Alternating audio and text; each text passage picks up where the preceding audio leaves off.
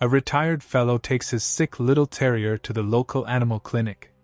They're shown into an exam room right away.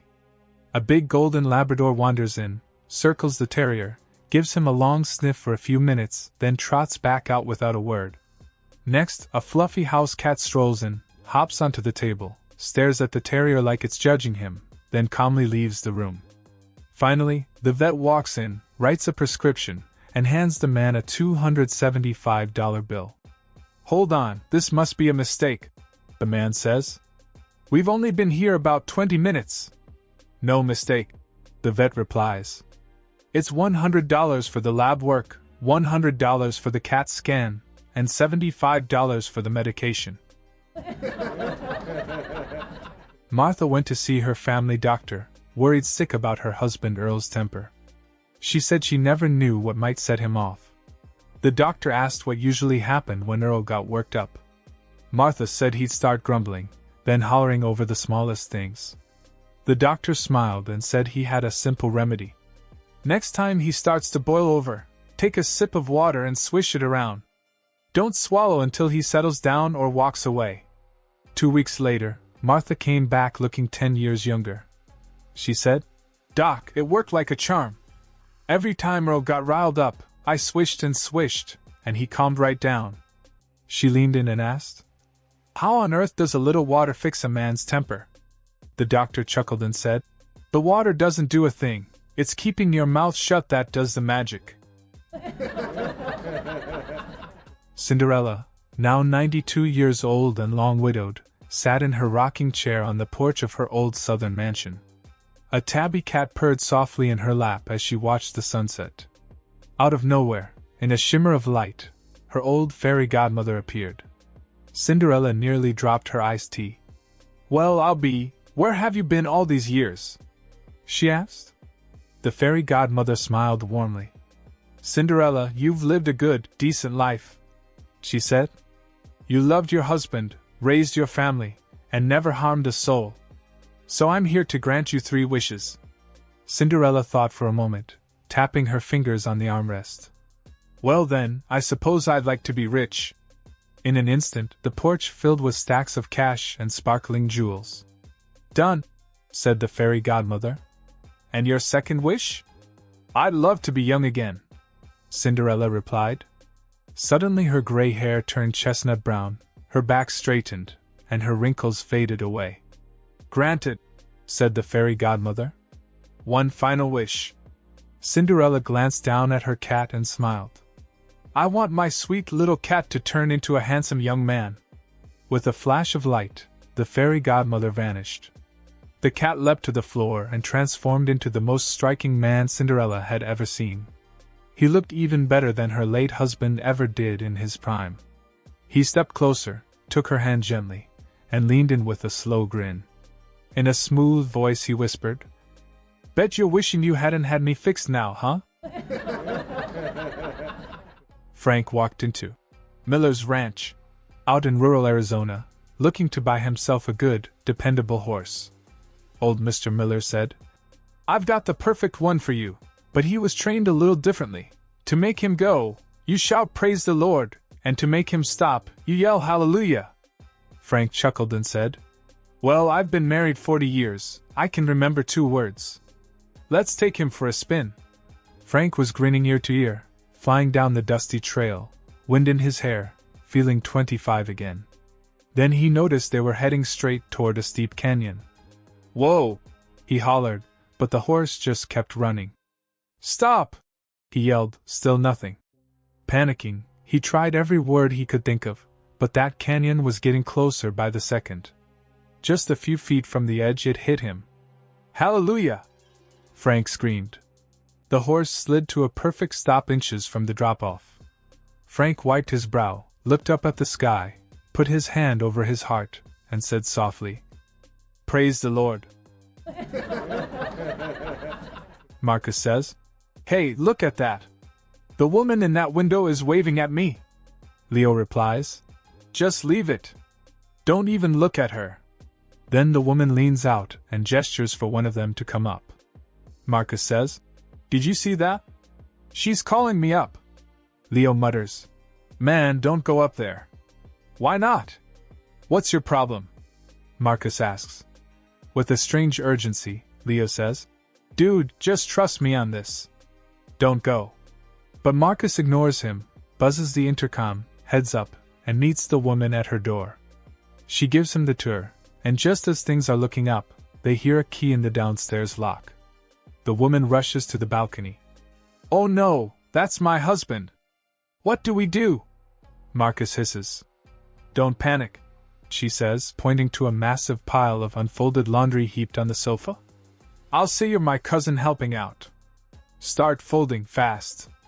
Marcus spends the entire afternoon folding laundry until the husband finally leaves for his evening shift and Marcus can finally slip out. The next morning, he goes straight to Leo's flat and says, You won't believe what happened. Her husband showed up, so she told him I was family and made me fold an absolutely enormous pile of laundry all afternoon. Leo closes his eyes and says, I told you not to go up there. All that laundry you spent the day folding? I washed it the day before. Two retired buddies, Frank and Walter, were out walking their dogs when they passed a little diner downtown. Let's grab some lunch, Frank said. We can't, Walter replied. That sign says no pets allowed. Don't worry about that, Frank said, slipping on a pair of dark sunglasses. He marched up to the door, but the hostess stopped him. Sir, no pets allowed. Frank pointed to his big German shepherd. I'm blind, ma'am. This is my guide dog. She frowned. A German shepherd? Since when do they use those as guide dogs? Oh, it's the newest model, Frank said confidently. State of the art. Seeing it worked, Walter strutted up with his tiny chihuahua. The hostess crossed her arms. Don't tell me that a chihuahua is the latest type of seeing-eye dog. Walter responded in an angry voice. You mean they gave me a chihuahua? Frank was sitting in a marriage workshop at the local community center when the speaker asked everyone how long they'd been married. When it was his turn, he smiled and said, Just about 50 years now. The room broke into applause, and the speaker said, That's wonderful. What's your secret to staying married that long? Frank nodded thoughtfully and said, Well, I've always tried to treat her right, bring her flowers, plan little getaways, and for our 25th anniversary, I took her on a beautiful trip to Hawaii. The speaker beamed and said, That's so romantic. What are you planning for your 50th anniversary? Frank grinned and replied, I'm thinking about flying back to Hawaii to pick her up. A state trooper is parked across from a small-town tavern late on a Saturday night, keeping an eye out for anyone who's had one too many and thinks they can drive home. After a while, the door swings open and out staggers the sorriest sight of the evening. His shirt is soaked, his eyes are glassy, and he's weaving through the parking lot like he's searching for buried treasure. He finally spots his Buick, fumbles with his keys for a full minute, bumps his head getting inside, and lurches out of the lot, clipping the curb on his way. He doesn't make it 6 blocks before the red and blue lights are flashing in his rearview mirror. The trooper walks up, asks him to step out, and gives him a long look. Then come the field sobriety tests. Touch your nose. He misses. Walk a straight line. He wobbles like a porch swing in a windstorm. Stand on one foot. He nearly tips over. Say the alphabet. He gets lost somewhere around Q. He fails every single test. So the trooper pulls out the breathalyzer. Blow into this. Green light. The trooper frowns and checks the machine. Try it again. Another green light. Completely legal. The trooper shakes his head. Son, how in the world can you pass a breath test when you're clearly falling down drunk? The man steadies himself on the hood and says, You've heard of the designated driver? Well, tonight, I'm the designated decoy. 3 old friends, a Catholic priest, a Baptist preacher, and a rabbi, were having coffee after a community event. The conversation turned competitive. They decided to see who was the most convincing man of faith. So each one headed out separately into the nearby mountains to try converting a grizzly bear. A week later, they met up again to compare notes. The priest smiled and said, "I found my bear near a pine grove. I read from the catechism and sprinkled him with holy water. He sat as calm as Sunday morning. Next month, he's scheduled for his first communion." The preacher nodded proudly. "I met mine down by a trout stream. I delivered a fiery sermon about salvation. That bear was so moved he let me baptize him right there in the river." They both turned to the rabbi. He was laid out flat on a hospital stretcher, wrapped head to toe in a full-body cast. Only his eyes were visible. In a weak voice he sighed. "Looking back, I probably shouldn't have started with the circumcision." I hobbled into the pharmacy and caught the attention of the young man behind the counter. "I need to speak with whoever's in charge today," I told him. While he went to fetch someone, I quietly set a small glass jar and a teaspoon on the counter and waited patiently. The pharmacist appeared, all professional and polished, and clasped his hands together. "What can I do for you today, ma'am?" I pushed the jar and spoon toward him and said, "I hate to be a bother, but would you be a dear and taste this for me? My arthritis makes it hard to tell if things taste right anymore." He looked at the jar, then at me, then back at the jar. I gave him my most helpless grandmotherly smile. That did it. He sighed, dipped the spoon in, and took a small taste. The reaction was immediate. His face went through about 6 different colors before he lunged for the trash can, sputtering and gagging like a cat with a hairball. I waited for him to compose himself. "Well?" I asked pleasantly. "Anything sweet in there?" He wheezed, eyes watering. "Absolutely not. That's the most disgusting thing I have ever tasted in my life." I snapped my purse shut and nodded with satisfaction. "Perfect. My doctor told me to bring a urine sample to the pharmacy and have someone check it for sugar." A young assistant pastor went to the head preacher and said, "Pastor, I've got a bit of a situation. My bike's been stolen. I just moved to this small town and don't want to start off by calling the police. If I knew who took it, I'd quietly ask for it back, but half the folks in church love a good prank and I don't want to accuse the wrong one." The preacher smiled and said, "This Sunday, preach on the 10 Commandments. When you get to 'Thou shalt not steal,' scan the pews and watch for a guilty face. After the service, have a friendly chat with whoever looks nervous." That afternoon, the preacher saw the young pastor riding his bike down Main Street. He waved him over and said, "Well, I see you got it back. Did my advice do the trick? Was it hard convincing the guilty party?" The young pastor shook his head and laughed. "No, sir, didn't need to.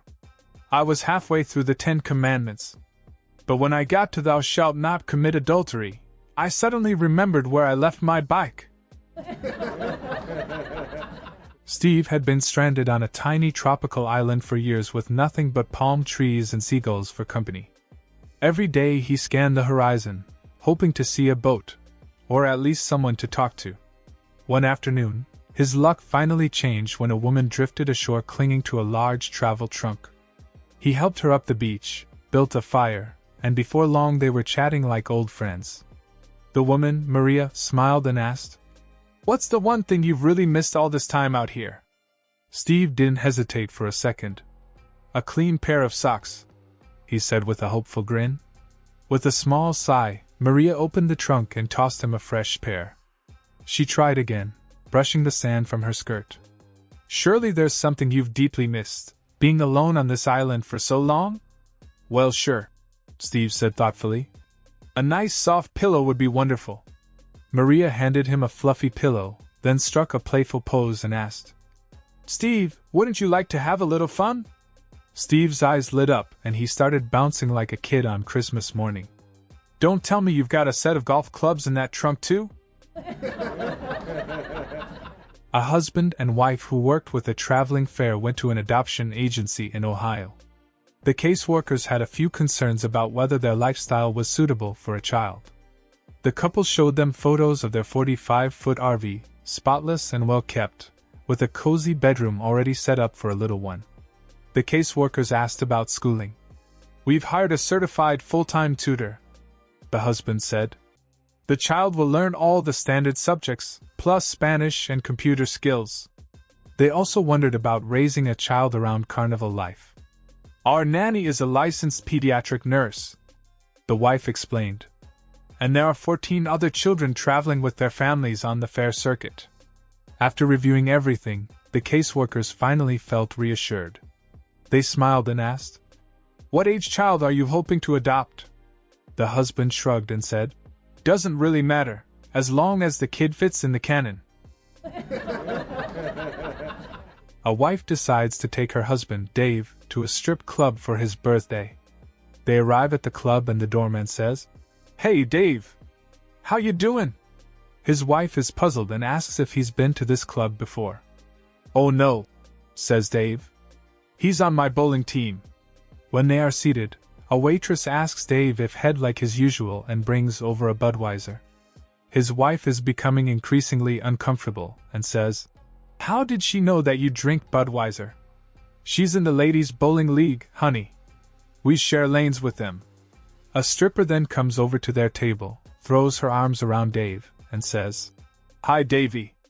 Want your usual table dance, big boy?" Dave's wife, now furious, grabs her purse and storms out of the club. Dave follows and spots her getting into a cab. Before she can slam the door, he jumps in beside her. He tries desperately to explain how the stripper must have mistaken him for someone else, but his wife is having none of it. She is screaming at him at the top of her lungs, calling him every name in the book. The cabbie turns his head and says, "Looks like you picked up a real live one tonight, Dave." My sister asked me to take off her clothes, so I took off her shirt. Then she said, "Take off my skirt." I took off her skirt. "Take off my shoes." I took off her shoes. "Now take off my bra and panties." And so I took them off. Then she looked at me and said, "I don't want to catch you wearing my things ever again." 3 old buddies from Minnesota pass away and find themselves in the afterlife's warmer destination. The devil, who takes pride in running a tight ship, likes to personally inspect the new arrivals to make sure everything is suitably miserable. So he strolls down to their room and pauses outside to listen. "You know," one of the fellows says, "this isn't nearly as bad as I expected." "No kidding," says another. "Sure, it's hot, but it's a dry heat." "Exactly," the third adds. "No humidity. This beats July back home." The devil raises an eyebrow, walks in, and cranks the thermostat from toasty to volcanic. "Let's see how you enjoy that," he mutters, slamming the door. The next day he returns, expecting to hear wailing. Instead, the 3 men are grinning ear to ear. "This is wonderful," one says. "All the mosquitoes are gone," says another. "And my arthritis hasn't felt this good in years," adds the third. Now the devil is irritated. "Fine," he growls. "If heat won't do it, let's try cold." He spins the dial down to 50 below zero and leaves them shivering in what should be misery. At 2 in the morning, one of his assistants calls in a panic. "Sir, the 3 men are celebrating." "Celebrating?" the devil roars. He storms back down the hall and bursts into the room. The 3 Minnesotans are cheering, hugging, and high-fiving like they just won the lottery. "What is wrong with you?" the devil shouts. "You're frozen solid. This is supposed to be punishment." One of the men beams and says, "Don't you see? Hell froze over, which can only mean one thing. The Vikings finally won the Super Bowl." A bargain basement magician lands a steady job performing on a small Mississippi River cruise out of Branson, Missouri.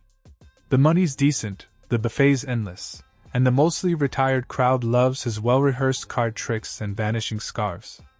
It's an easy life. 2 shows a day and back to the carving station before it closes. The only problem is the cruise director's loudmouth parrot, who sits in the front row every night. After years of watching the act, the bird has figured out every trick and blurts out the secrets mid-show. "That deck's stacked," squawks the parrot. "The dove's in his sleeve." The audience roars with laughter, and soon they're not coming for magic at all. They're coming to watch a gray-haired illusionist get roasted by a green bird, twice a day, 7 days a week. The magician's pride sinks lower than the dinner cruise's early bird special. Determined to reclaim his dignity, he announces a brand new grand finale involving fireworks and a ring of southern fire. On opening night, a spark jumps where it shouldn't, and a series of explosions tears through the old riverboat. Within minutes, the proud paddle-wheeler is at the bottom of the Mississippi. At sunrise, there's nothing but open water and a single chunk of floating debris. The magician clings to one end, soaked and fuming, while the parrot perches silently on the other. They glare at each other for 2 long days without a word. On the 3rd morning, the parrot finally sighs and says, "All right, I'll admit it, that one fooled me. So, where'd you hide the boat?" An out-of-work fellow applies for a janitor job at a big tech company in Seattle. The hiring manager has him sweep a hallway and empty a few bins as a simple test. "You did fine," the manager says. "Starting pay is $15 an hour. Just give me your email address and I'll send the onboarding forms." The man blinks. "I don't have a computer, and I sure don't have email." The manager frowns. "No email? Well, in today's world, if you're not online, you practically don't exist. I can't hire you." Stunned, the man walks out with $20 in his pocket and no job. On the way home, he stops by a grocery store and buys a few crates of fresh peaches on sale. He sets up a little stand on a busy corner and sells them one by one, doubling his money before dinner. The next day, he does it again. And the next. Within months, he's upgraded from a folding table to a small trailer. By the end of the year, he owns a delivery van. A couple of years later, he's running a produce business with several trucks and a team of helpers, supplying half the neighborhood with fresh fruit. Thinking about his family's future, he calls an insurance agent to set up a life policy. At the end of the call, the agent says, "Great, I'll just email you the paperwork." "I don't have email," the man replies. The agent nearly drops the phone.